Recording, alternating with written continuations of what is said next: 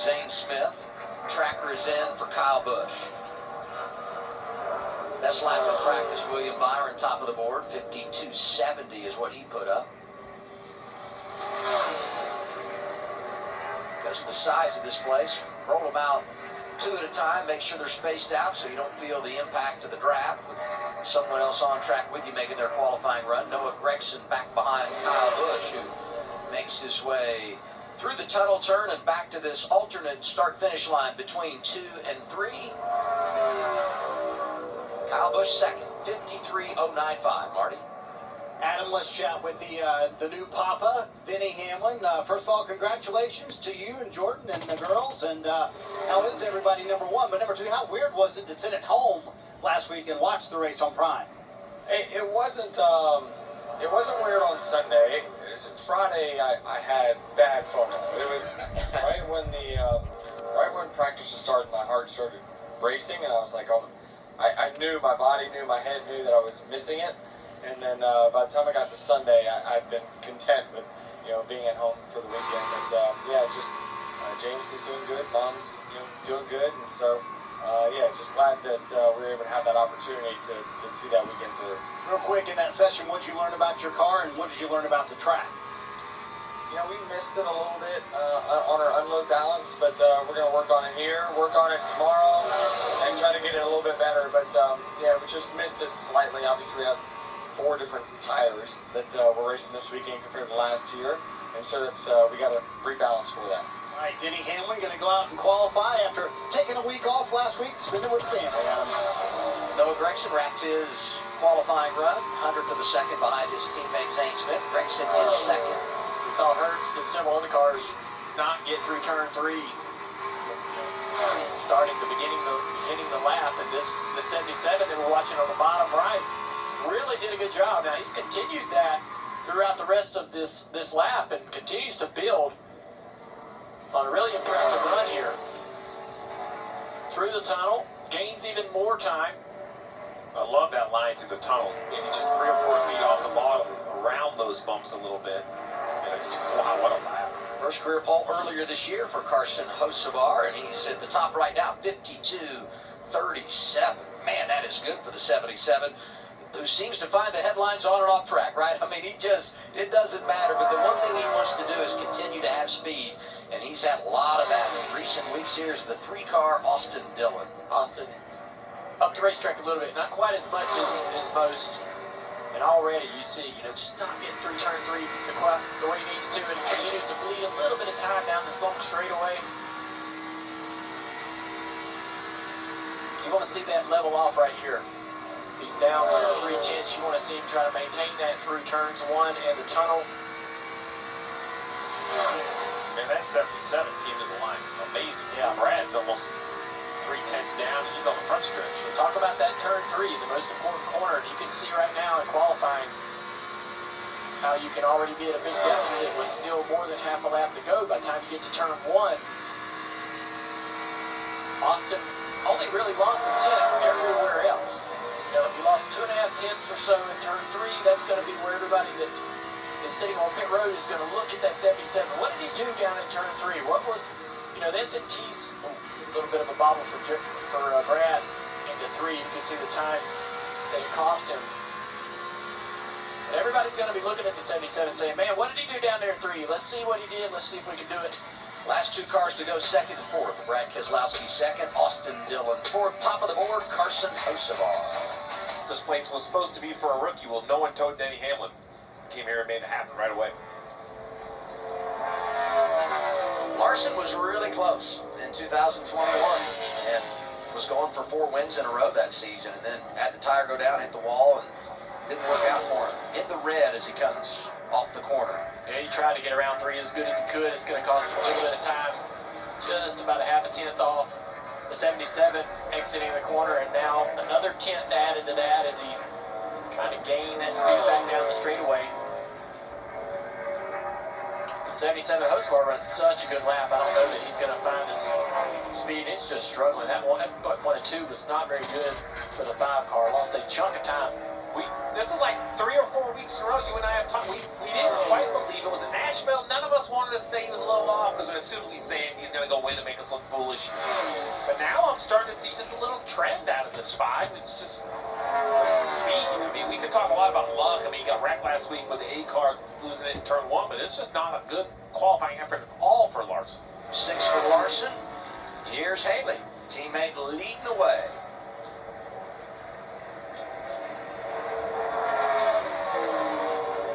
His Chevrolet jumps in front of Larson. 6th for Haley, 52.92, Trevor. Yeah, standing here with Ryan Blaney. Ryan, I saw you looking at a bunch of data. What'd you see? What's going to be the key to a qualifying lap here? I don't know. I was looking at a lot of race stuff, and then I was just seeing, right, what's the pickup, right? The pickup is a lot right now. 52.37, that's 8/10 faster than what I ran in practice. So it's just trying to judge that, like where was the speed in qualifying and trim, like where does it pick up that much? And then just looking at some race stuff where I was good, where I wasn't good. So, yeah, the Wabash Ford Mustang I thought was pretty decent in practice, especially after I got a few laps on it. So hopefully I can throw down a good lap here. And I wouldn't say like turns 1 and 3 are hugely different in race the Q Trip. The tunnel is like full commit over the tunnel. Hope you don't hit those bumps wrong or too hard, because you can get in trouble pretty quick. But yeah, happy with our car in practice, and like I said, hopefully we adjusted on it right for qualifying. Well, Ryan Blaney, always good here in racetrack, 2-time winner at Pocono Raceway. What I think is fascinating by that is when you look where the alternate start finish is, you have to go through turn 3. So let's take the 47, right? Or excuse me, you just got online, or here comes Stenhouse coming at you. Now this is Gilliland coming at me. So, I think there's some damage on that 34. What I was going to say about his comments is he said everything changed in the tunnel. Well, that's the one corner you have to run twice at speed. Oh, 34 is just really high. Oh, that's pretty hard contact. Yeah, that's real contact. That's going to be big damage to this 34. So you leave pit road, you go through 1 slow, come across the tunnel, you need to be full out because you're coming to the line. Then after the tunnel, you start your lap, you run turn 3 once, turn 1 once, and guess what? The tough corner, the one Blaney said is full commit, you need to go do it a second time. So I think it's fascinating that the corner that we think is one of the toughest in NASCAR, you get to do twice the way this alternate start-finish line works. Daniel Suarez on track in the 99, trying to join his teammates. Get a win, and run it into the playoffs. They did the last month for Trackhouse. They exit the All-Star weekend. Nobody locked it. Chastain wins the 600. Van Gisbergen wins last week, and now 2 of their 3 know they'll be running for a championship come September. And I know that we're here in Pocono, and it's 99 of Suarez love to go to Victory Lane, but we also go to Atlanta next to race that he has won, racetrack that he's won at in this car. I can see that guy making some very, very ambitious moves in that race next week. Suarez best run here second. He's second right now in qualifying. 52.63, Marty. Speaking of second, Bubba Wallace was second in that practice session, got out of his car with a big old smile on his face. Your buddy Ryan Blaney just said the tunnel turn is full commitment this year. Is it as difficult as you ever remember it, as bumpy as it is, Bubba? Yeah, sure. I'm not gonna give my secrets away, but yeah, I think it's this place is always the one we always talk about Dover and Darlington, where it's really demanding on you, and you got to really respect this place, especially to the tunnel. And I've learned that each and every time I come here, and always enjoy coming here. Our Toyota Camrys are fast, especially our McDonald's one this weekend. Really happy with our speed. Need a little bit more though. We're never satisfied even being P2 on the board. Even if we're P1, I still want more, and just the competitive nature of what this sport produces. But all in all, good weekend, good start to the weekend. Qualifying, there's so much time. I heard the guys talking about it in Xfinity practice, but there's so much time where you can overthink it. And I'm trying to just focus on what I did in practice and just go that much quicker. He can back it up. What he did in practice should be pretty good. He was second in that session, as we mentioned, Adam. And it opens the door for so much strategy tomorrow when you look at where he is in the points and all that. If Bubba can qualify up front. On board with Joey Logano, a couple of tenths off. Yeah, Denny Hamlin as well. Actually on a really good lap. Look at that. And we talk about how good he is here. He just knows something about getting around this racetrack that nobody else does. Pocono goes to fourth. Here's Hamlin. Talk about him in the green. What a lap. Big time. No problem at all. Welcome back. My goodness. 52-14 for the driver that's won here on 7 different occasions. That change in diapers must be helping that hand-eye coordination. Yeah. A lot of heavy hitters left to go, Adam. But man, when you look at the, do you show your driver what kind of lap time that he ran? Do you put that in front of him and say, all right, man, now this is where the standard is? So I'm the oddity at this. Like, I'm not sure that's going to stay on the front 2 rows. Like, I think there's a lot of pace coming in this second group.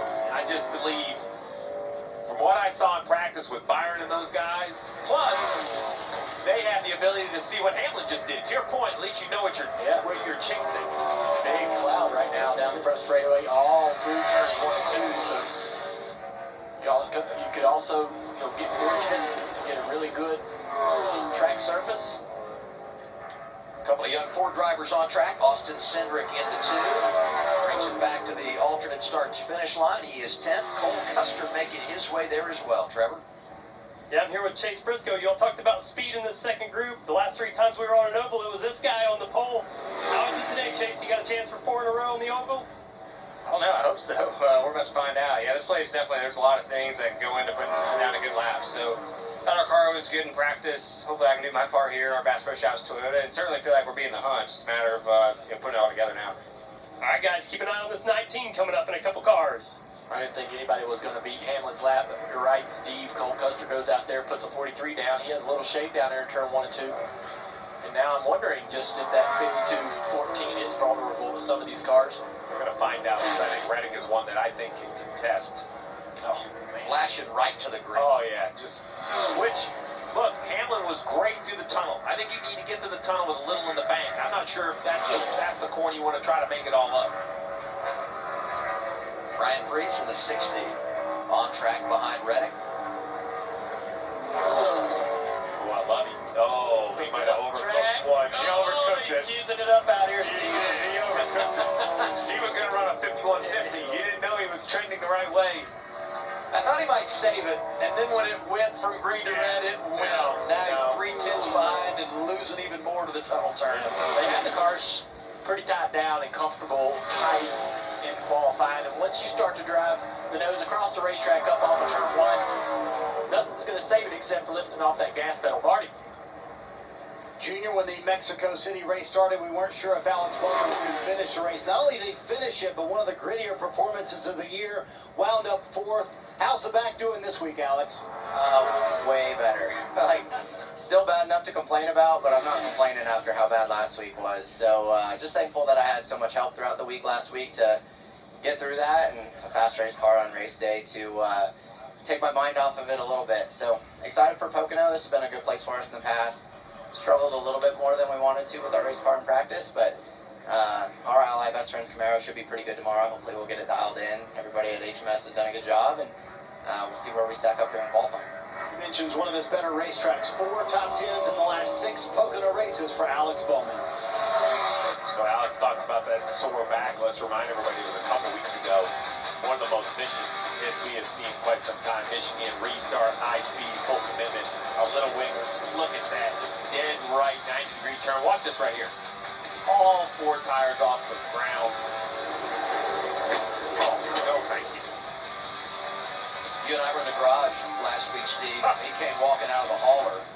I mean, you're talking about a couple of 8-inch steps, and he was just wobbling. You could tell how much pain Bowman was in, and Marty said it. Just such a great effort for that team to come out, finish top 5, and keep themselves in a playoff position. We heard the radio of the 16 in practice. Nothing was going right. Whatever it was, it has not been repaired for qualifying. Yeah, let's take a look. He's way down on speed. And this is through the tunnel. Oh my. So that car was sideways before the bumps. So you're out of control before the bump. That's coming to the green. This is off of turn 3 as the lap's now going. And he just losing the back of the car, not comfortable, can't get to the gas. It's right on board.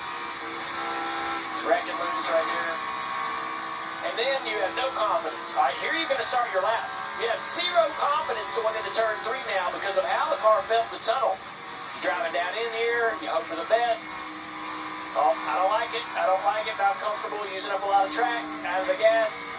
Lap time just plummeting down this front straightaway. Control all the lead. That's what you need to do on that thing. Start over again tomorrow, because that's not a quick fix away. That thing needs some major help. But it also speaks to what we always say here, and really kind of applies to road courses as well. The residual impact of missing one corner and how it will just make you pay a price for a full lap or more. Ross Chastain out in qualifying. Ryan Blaney there as well. We've gone on a roller coaster. I thought Hamlin was going to get beat right away. They had a couple cars in the green, and now they are trending in the red. They're not even teasing this 11. Junior's confidence is back, by the way. I know. I'm talking a full roller coaster. He thought he was wrong. Now he's back to being right again. He was on the edge of the seat, then he was back like a lost puppy dog. Now he's on the edge again. Yep. You just wait till later today. Any decision he makes on top of that pit box, I'm just going to smile, sit back there, have a snack. I'm going down. I'm watching in person. We'll see here what Blaney can do. He's still losing a little bit of time, man. Would have loved to have gotten through that corner. Lost another 2 tenths. This is the biggest spread we've seen. I'm sorry, Dale. This is just the biggest spread we've seen in the field. Oh, here it is, right here. There's Crew Chief Dale earlier, Connor Zillage. Oh, I got to tell you, I have my headset on backwards for practice. Oh, yeah, I see it. I see it backwards on my head. Who told you? Did anyone tell you that? Or? My buddy Steve Steffen told me, he's like, you got to go backwards. I was like, it felt pretty good. But now, talking to the driver about things we need to be concentrating on. Kind of struggled in qualifying, but I think we got a really, really fast car in race trim. We see Bubba Wallace getting pushed out there. Marty. Yeah, Junior, it won't turn over, Bubba has said. They've tried to push it off a couple of times. They've tried to put him in gear and then see if he can pop the clutch, Steve, I would say, and get it going. But they cannot get this car to crank for Bubba Wallace. They're going to make one more attempt. I mean, how many guys are behind this car right now for Bubba Wallace, attempting to push it as best they can, see if they can possibly get it to crank. NASCAR officials at the front of pit road feverishly waving them on. We'll see, what is that, 2, 4, 6, 8, 9 guys trying to push it down pit road to see if they can get this thing cranking, and it won't just fire at all. So is the battery dead? Like the starter won't work at all? That's what I'm going to dig into, Steve. I haven't been able to find out exactly. I'll get with Charles tonight here and see what's going on. Man, that's going to be frustrating for the 23 because even an average qualifying puts you somewhere in the middle of the field. Steve, the starter won't work, Charles told me. It's a starter? Yeah, the starter wouldn't work, so we tried to push start it, but unfortunately we couldn't get it going. All right, so there you go. It looks like Bubba Wallace might not be able to get a lap in here in qualifying. We haven't seen many cars in the next gen era be pushed started. Right? Yeah. So one thing that I've noticed though, Steve, is when they did push the car and he released the clutch, it locked up the rear tires. And You wonder what gear he's in. Like right? he needs to be in a higher gear, maybe like second or third. Like he has too much leverage, maybe like he's in first gear. Yeah, see, they tried it in second the first time, then they tried it in third the second time, and neither one of them would get it to work. Still surprising to see it lock the rear end and not try to at least turn the engine over and maybe some more severe issues. And we'll just have to see what they discover. Great lap for Buscher, 52-22. You know, I want to go back to Bubba, though, for a minute. And, Steve, you said it. I mean, even qualifying mid-pack here would be better than coming to the rear and not qualifying at all. But I go to the other side of it. They were second in practice. Right. His teammates up there inside the top 10. So you got to feel like they were going to have a great qualifying run and really put themselves in position. Yeah, this is a guy, one of them I thought might be Hamlin. This is heard my predictor here. Yeah. Although Nemechek, that's right, John Hunter. Well, John ran the bottom of 3. That gave him a little bit of a nice kind of a look on the timing line, but he's still holding that speed down the straightaway. What an effort so far. Let's see how turn 1 goes. Momentum is real. Eric Jones, his teammate up there in the top 10. This team ran top 10 last week in Mexico City. 42 off of turn 1, 10.5 behind. Also low in 1 and 2 as well. So just completely going against, everyone else's attempts or what people have traditionally ran in terms of the line around the racetrack. And it's going to produce a solid lap here. Across turn 2, the tunnel turn back to the old start-finish line. Nemechek goes to fourth, 52-39. So we were talking about this push start. Watch this right rear tire right here. When he lets the clutch out, this thing is going to freeze up. It doesn't even try to turn over. No, that's what I was wondering is when we usually push start a car, you'll see that rear end turn over and the tire roll. No. Third gear. All the way through the line. You get up to speed and let the clutch out, I think the engine seized up. and it won't even let the rear end rotate, the axle turn, or anything. All right, I'm sorry. It's frustrated with that, but I worry, if there's something else going on that has the drivetrain locked up, Right? not allowing that rear end to. Oh, boy! I thought the 71 was going to hit the fence. McDowell was good in practice, and his teammates up there in the top three. Lap for Hocevar, 52-37. See what McDowell can do here. Shane Van Gisbergen also on track. McDowell had It's going to be disappointing. big trouble in turn one. Big trouble. I think they're going to be disappointed in the speed and thankful they have a race car, because that could have been the end of the 71. The 88 here on it. Not a terrible lap, it don't look like. If you can hold it flat over here, not lose too much more time. It's just hard to do because Denny did such a great job in the tunnel. So this 71 car had good speed into one. Look at this, Dale. He chases this thing. He is running out of real estate quick. Man. He was good enough, smart enough to know it. Wasn't That's gonna, right. and get out of the gas. Don't knock the fence down with the right rear. Clean Tina Briscoe off into turn 3. Steve thinks this guy's gonna beat Denny's lap. We'll see. I thought he's a little bit high in turn 3. Almost in the gray, and it's costing maybe a little bit of time down this front straightaway. Give up 10 for Denny. I'm just going on numbers. 3 poles in a row at the ovals. Well, he might make you correct down here if he can get through turns 1 in the tunnel. Still losing time there, buddy. He is. That 11 just really put all 3 corners together. I mean, I'm not sure the corner the weak corner you're trying to pick apart. I think you have to find it in all 3. But you're definitely not going to make it up. We know that Hamlin got through the tunnel here, which is where Briscoe is. That's a good tunnel for Briscoe. Just maybe a couple thousand or hundred slower, but really close. Nothing for his teammate, but Briscoe goes 6th, 52-44. As we pick up Alex Bowman, 48. One here at Pocono, 2021. Yeah, there's just not that many cars left, to your point. It's running down. They've got a cell phone pusher as well for the lap he's able to put up there. Outstanding in practice earlier. Trevor? Yeah, guys, you can feel the temperature pick up. It's back to full sun here. I know you just mentioned that top 10. Those guys mostly went out here in that cloud coverage into 1.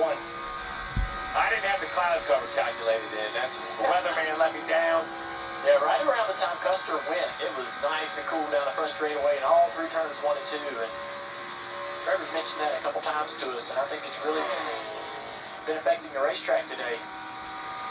When you can get some temperature out of the track and some grip. Yeah, these guys aren't even that close to Hamlin's time.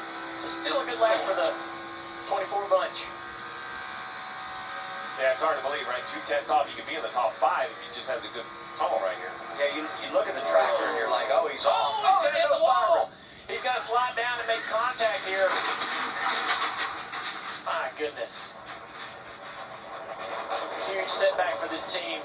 Had great speed in practice, great averages on the 5 and 10 lap.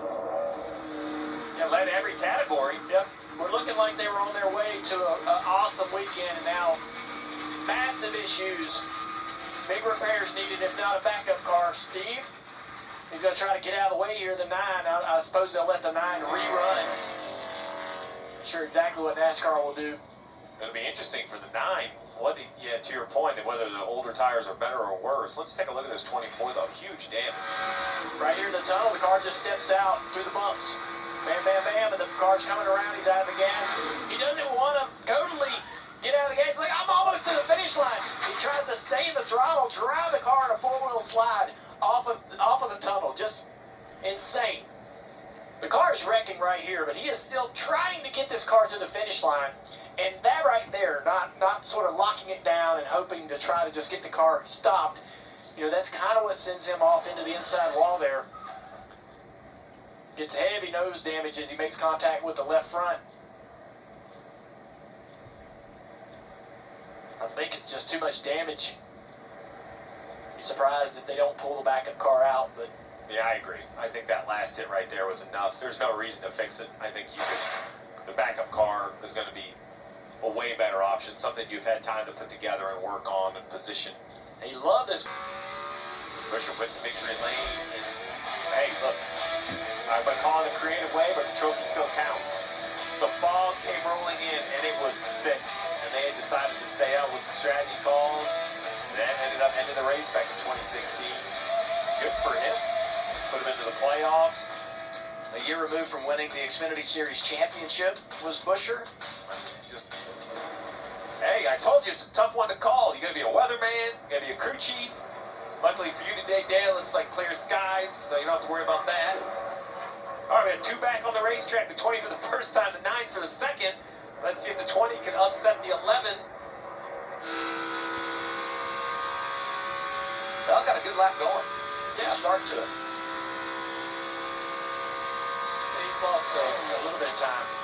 In the straightaway, kind of surprised to see him lose another half a tenth, 6/10 there to the finish line. Maybe there's maybe a little difference in drag on those cars between the 11 and the 20. As talked about the diversity inside the top 5 of teams, Joe Gibbs Racing, RFK, Spire, Legacy, Haas Factory Team. Who joins them? Leader of these 2 jumping to the top 5. The 20. That's a pretty solid lap here. That's going to put him in the top 10 there, right in 9th. Started 31st and finished 2nd last week, so we know he can ride through the field. Pretty good recently at Pocono for the 20. Hamlin at the top, 9 chasing him. All right, I'll let you record it, Dale, when I say this, but you were right. 18 for Chase Elliott. Denny Hamlin starts on the pole at Pocono. Man, I knew it was a good lap.